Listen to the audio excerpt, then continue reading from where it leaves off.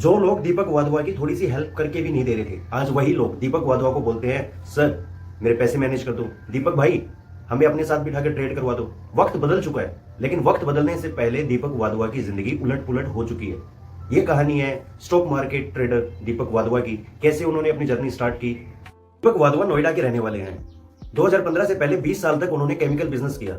एक अच्छा खासा बिजनेस कहना में 20 साल से चल रहा था, लेकिन 2015 में उन्हें उस सेक्टर में अपॉर्चुनिटी नहीं दिख रही थी, तो उन्होंने 2015 में अपने बिजनेस को बंद किया। सब कुछ हिसाब किताब करके लेबर, डेट, क्रेडिट सभी का हिसाब करने के बाद उनके आखिरी में उनके हाथ में बचता है 1.5 करोड़ रुपया। वाधवा यहाँ से सोचने लगे और उनकी उम्र थी 36 साल इस टाइम पे। 20 साल का तजुर्बा था, पैसा देखा था, लाइफस्टाइल अच्छा था, लेकिन अब सब कुछ जीरो से शुरू करना था।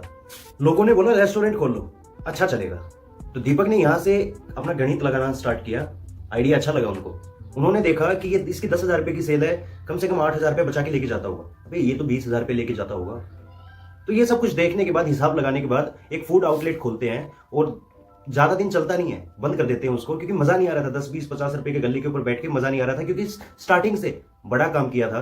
तो फूड आउटलेट अपना बंद किया और अपने घर पे आए। फिर लोगों ने उनको बोलना स्टार्ट किया कि बिल्डर बन जाओ, अच्छा पैसा है। उनको ये भी पसंद आया कि हाँ बढ़िया है, बिल्डिंग में साथ में एक साथ 1 करोड़ रुपया लगाएंगे और 1.5 करोड़ रुपया बन के वापस आएगा।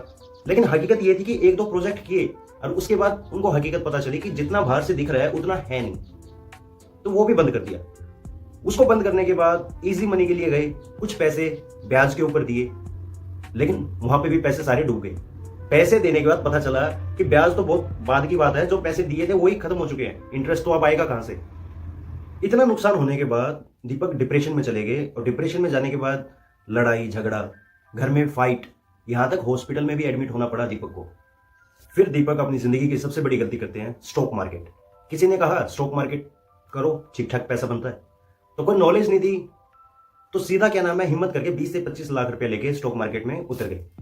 किसी ने कहा ऑप्शन ले लो, तो देखी 400 की चीज थी, 400 में खरीदी तो 250 की आ गई। 250 की आने के बाद लगता है कि 400 की चीजें थी, 400 की चीज 250 पे आ गई है, इसको और ले लेता हूँ, अच्छा खासा पैसा बनेगा। कुछ दिन के बाद देखते तो 250 की चीज 120 पे रह जाती और 120 से जीरो हो जाती। उस टाइम तक दीपक को नहीं पता था कि शेयर मार्केट के ऑप्शंस में ठीठा नाम की कोई चीज होती है, टाइम वैल्यू होती है, जो धीरे धीरे प्रीमियम को डिके करती रहती है, उसकी वैल्यू डाउन करती रहती है।